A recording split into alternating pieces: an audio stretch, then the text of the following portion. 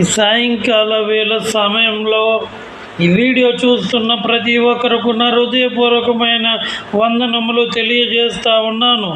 నేనేమై ఉన్నానో, ఎక్కడ ఉన్నానో, ఏ పరిస్థితిలో ఉన్నానో అది కేవలం దేవుని కృపను బట్టే ఈ వీడియోలో మీ అందరి ముందు ఇలా ఉన్నానని నేను తెలియజేస్తూ ఉన్నాను. అయితే నేను ఈరోజు సువార్త గురించి నేను ఒక సబ్జెక్టు తీసుకొని నేను మాట్లాడాలనుకుంటున్నాను. ఈ లోకంలో, ఈ ప్రపంచంలో, ఈ సమాజంలో ప్రతి ఒక్కరూ యేసుక్రీస్తుని నమ్ముకోవాల్సిన అవసరం ఎంతైనా ఉంది. ఎందుకు అనంటే ఎప్పుడు, ఏ క్షణమున, ఎక్కడ, ఎలా, ఎవరికి ఏమి జరుగుతుందో తెలీదు. ఈరోజు ఒక 25వ తారీఖున డినామినేషన్ పాస్టరు ప్రవీణ్ పడగాల రోడ్డు ప్రమాదంలో యాక్సిడెంటల్గా లేదా అనుకోని పరిస్థితుల వల్ల, పరిణామాల వల్ల ఆయన మృతి చెందారు. అయితే రాజమండ్రి దగ్గరలో అని చెప్తున్నారు. అయితే విషయం ఏంటంటే, నువ్వు యేసుక్రీస్తు ఈ లోకమందు నా కోసం, ఈ ప్రపంచ మానవాళి కోసం మరణించాడు, సమాధి చేయబడ్డాడు, మృతి చెందారు, తిరిగి లేచారు సమాధి చేయబడి అని నువ్వు నమ్మి, యేసుక్రీస్తు దేవుడు కుమారుడని నమ్మి, క్రీస్తుని గురించిన మాటలు విని విశ్వసించి, క్రీస్తుని గురించిన మాటలు ఏంటంటే ఆయన సిలువలో సర్వ మానవాళి కోసం, ఈ ప్రపంచంలో ప్రతి మానవాళి కోసం మరణించాడు, సమాధి చేయబడ్డాడు, 3వ దినమున తిరిగి లేచాడు అనే సువార్తను, అనే క్రీస్తు మాటలను నీవు నమ్మి విశ్వసించి మారు మనసు పొంది దేవుడు కుమారుడని ఒప్పుకొని బాప్టిజం తీసుకొని తాను సరత్వం ఇచ్చిన క్రీస్తు సంఘంలో మాత్రమే నువ్వు సభ్యుడు అవ్వాలి. ఇంకే సంఘంలో నువ్వు సభ్యుడు అయినా, ఇంకే సంఘంలో, ఏ డినామినేషన్లో నువ్వు బాప్టిజం తీసుకున్నా అది బాప్టిజం కాదు, అది క్రైస్తవ్యం కాదు. ఉన్నది ఉన్నట్లుగా ప్రకటించాలి. బైబిల్ ఎప్పుడు కూడా బైబిల్లో ఉన్నది మాత్రమే చెప్పాలి, లేనిది చెప్పకూడదు, ఉన్నది తీసివేయకూడదు. ఈరోజు ఎంతోమంది డినామినేషన్లు, కొన్ని వేల లక్షల మంది, కొన్ని కోట్ల మంది పాస్టర్స్ మేము సేవ చేసేసామనుకుంటున్నారు. మురికి గుడ్డతో సమానం. మురికి గుడ్డతో కూడా సమానం కాదు. నువ్వు అసలు క్రైస్తవుడే కాదు, సేవకులు అనే భ్రమలో ఉన్నావు. క్రైస్తవ్యం అంటే ఏంటో తెలీదు, నిజమైన సంఘం అంటే ఏంటో తెలీదు. చాలామంది డినామినేషన్లో బైబిల్ పట్టుకొని ఏదో పొట్టకూడి కోసం 4 రూపాయలు 4 రాళ్ళు సంపాదించుకోవడం కోసం పిట్ట కథలు, కల్పన కథలు చెప్తున్నారు.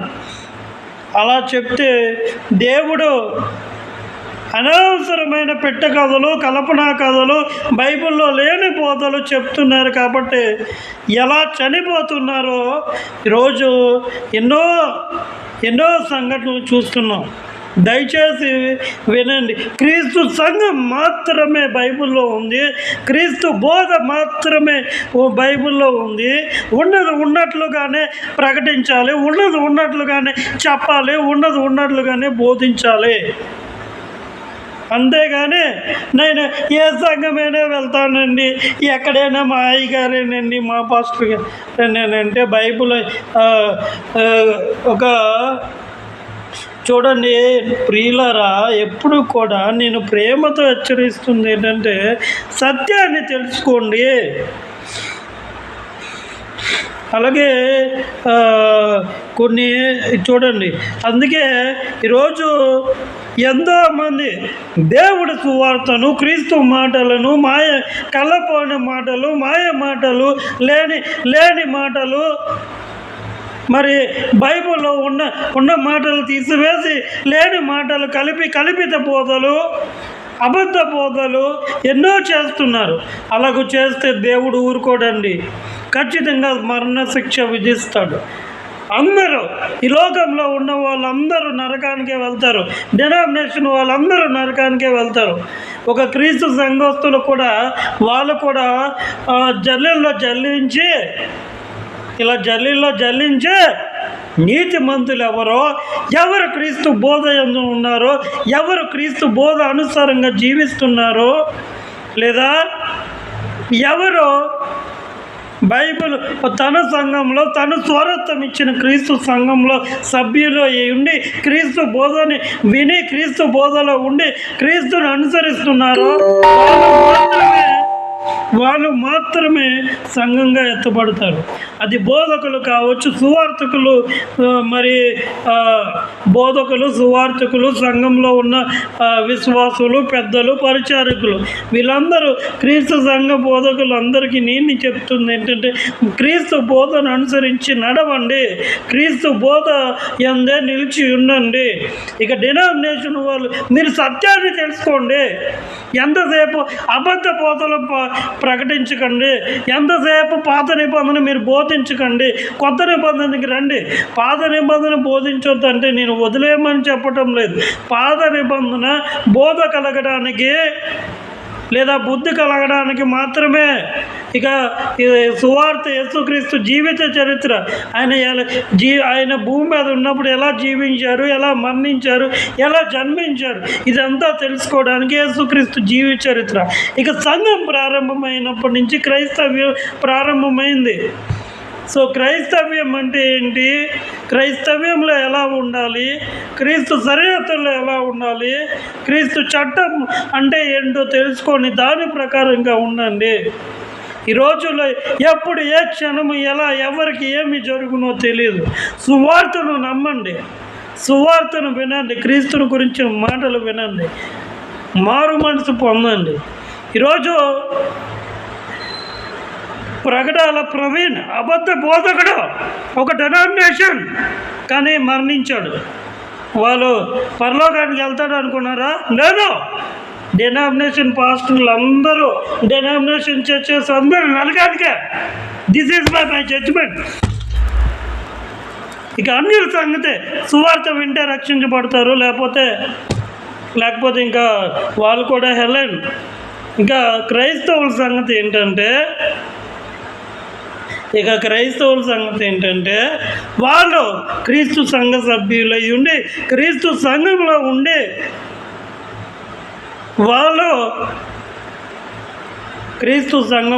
క్రీస్తు బోధ యందు నిలిచిండి ప్రతి ఆదివారం ఆరాధనకి పెట్టిండే ఈ టైంకి, మరి అలాగే ప్రతి బుధవారం బైబిల్ క్లాస్కి పెట్టిండావు. నేను చెప్తుంది ఏంటంటే తీర్పు ఏదో నేను చెప్తున్నానని కాదు, కానీ అది దేవుడే తీర్పు తీరుస్తాడు. కానీ నేను హెచ్చరిస్తున్నాను, హెచ్చరికగా మీరు అర్థం చేసుకొని దయచేసి ఇప్పటి వరకు ఈ ప్రపంచంలో ప్రతి రాష్ట్రంలో ప్రతి దేశంలో అబద్ధ బోధలు విడిచి పక్కకి రండి, సత్యాన్ని బోధించండి, సత్యం ఏంటో తెలుసుకోండి. ఇక అన్యులు నిజమైన దేవుడు ఎవరో తెలుసుకోండి. ఎందుకంటే నేను అన్యుల గురించి వాళ్ళు నమ్మకపోవడం, వాళ్ళు స్వతహాగా వాళ్ళ స్వనీతికి వాళ్ళ ఇష్టానికి వదిలేస్తున్నాను. ఎందుకంటే నమ్మి బాప్టిజం పొందిన వాడు రక్షించబడతాడు, నమ్మని వాడికి శిక్ష విధింపబడుతుందని గ్రంథం చెప్తుంది. కాబట్టి నేను వాళ్ళ గురించి ప్రత్యేకంగా గట్టిగా నేనేం చెప్పటం లేదు. కానీ డినామినేషన్స్ మత శాఖ వాళ్ళు ఎంతోమంది ఉన్నారు ఈ రోజుల్లో. కానీ మీరు చూడండి, బైబిల్లో లేని మాటలు చెప్పి పిట్ట కథలు చెప్పి కల్పన కథలు చెప్తే మటుకు దేవుడు సహించడు. చూడండి, మత్తయి సువార్తలో అంటున్నాడు, మత్తయి సువార్త 7వ అధ్యాయము. మత్తయి సువార్త చాలామంది ఏమనుకుంటారంటే, చూడండి, మత్తయి సువార్త 7వ అధ్యాయం కదా, 7వ అధ్యాయంలో 7వ అధ్యాయం ఆ దినం ప్రభువా మేము నీ నామమున ప్రవచనాలు పలకలేదా? ప్రవచనాలు చెప్పే పాస్టర్లు ఉన్నారు, అయితే ప్రవచింపలేదా?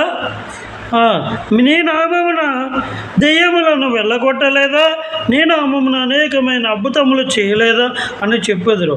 అప్పుడు నేను మిమ్మును ఎన్నడూను ఎరుగను అక్రము చేయువారులారా నా వద్ద నుండి పొండని వారితో చెప్పు.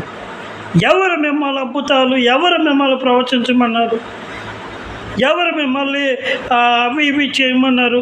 దేవుడి లోకానికి మనుషులు ఎందుకు పంపించాడు, ఎందుకు క్రైస్తవులు ఉంచాడు అంటే సువార్తను ప్రకటించాలి. ప్రతి ఒక్కరి మీద సువార్త ప్రకటించవలసిన భారం, బాధ్యత ఉంది. రైట్. అయితే సువార్త ప్రకటించకుండా అద్భుతాలు చేసామండి, ప్రవచనాలు పలికామండి, ప్రవచించామండి, అక్కడ ఎలా చెప్పామండి, ఇక్కడ ఎలా చెప్పామండి, అర్థమయ్యే రీతిలో చెప్పాలి. బైబిల్లో ఎన్నో ఉపమానాలు ఉన్నాయి.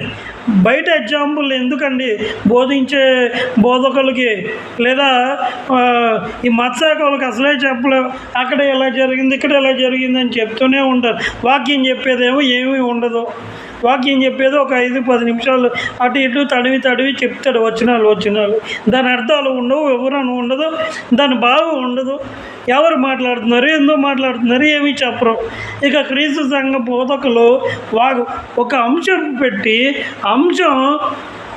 ఒక మూలవాక్యం తీసుకోండి, దాని ఉపోద్ఘాతం ఏంటి, దాని సత్యాన్యాంశం ఏంటి, దాని భావం ఏంటి, అర్థం ఏంటి, ఆ అంశం ఆ యొక్క టాపిక్ ద్వారా మీరు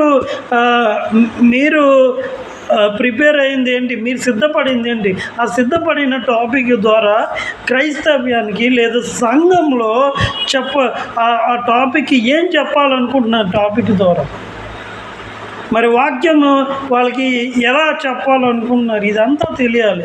ఇదంతా తెలియకుండా వివరణ, భావం, అర్థం, ఎవరు మాట్లాడుతున్నారు, ఎందుకు మాట్లాడుతున్నారు, ఇవేమీ తెలియకుండా ఇష్టం వచ్చినట్లు అక్కడ అలా జరిగిందండి, ఇక్కడ ఎలా జరిగిందండి, మత్స్యకుల్లాగా మనోళ్ళు కూడా చెప్పడం స్టార్ట్ చేశారు.